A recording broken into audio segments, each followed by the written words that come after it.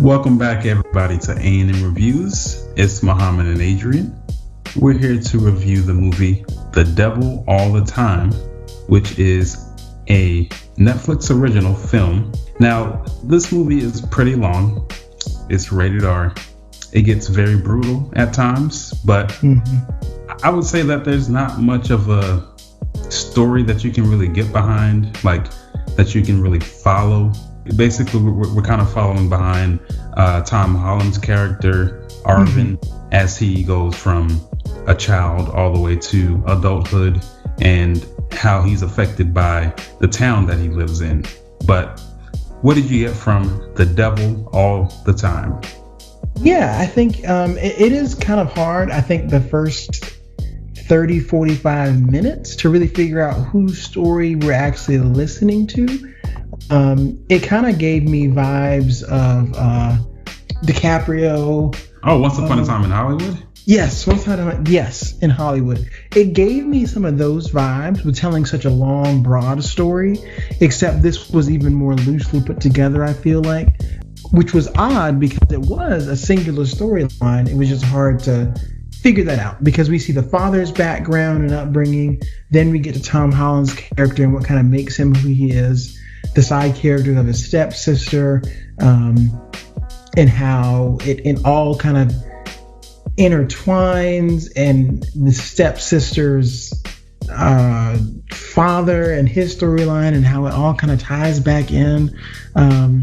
But it does all of this, and I feel like we didn't get anywhere at the end. Like, that was very broad and didn't say much, but a lot happens in this story.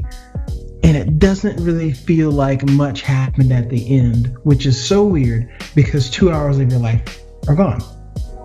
Yeah, that's true. And I'm fresh off of watching this film. And I can say that, I think parts of the movie are, they're good parts, but they don't all come together because we have so many different characters. And I guess you kind of can feel like Tom Holland's character, Arvin, is the main character because we're kind of following him from childhood to adulthood, early adulthood. But there's a lot of other people in there that's pretty interesting. I mean, almost everybody is involved in some type of scandal. People who present themselves as being somebody who's supposed to be good, they're not. And there's multiple deaths in this film where it just kind of became, I wouldn't say predictable, but it didn't have the same weight every time somebody died. I could see that. There was no stakes. There's no real high stakes. Everyone who dies in this film, I expected to die. And their death was inconsequential. And I think that may have been on purpose because, I think it talks really about how insignificant a lot of these people are, while being so significant in their own orbits, which I guess is like a true thing to real life. You see a stranger on the street and they're just that one moment for you, but they do have their own life story.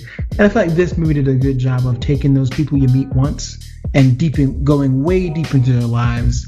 And you kind of feel like, at least I felt like, okay, who is this movie supposed to be about and where is their story? Because I feel like I learned a lot about a bunch of side characters and not a main character. Well, I guess Tom Holland, he's the main character, I guess, but you do get the backstory of a lot of the different characters to the point where you're like, who is this movie about? What is the end goal here?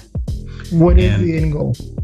Yeah, I still don't know, but I guess to show corruption in a small town in West Virginia, but still, I'm still trying to figure it out.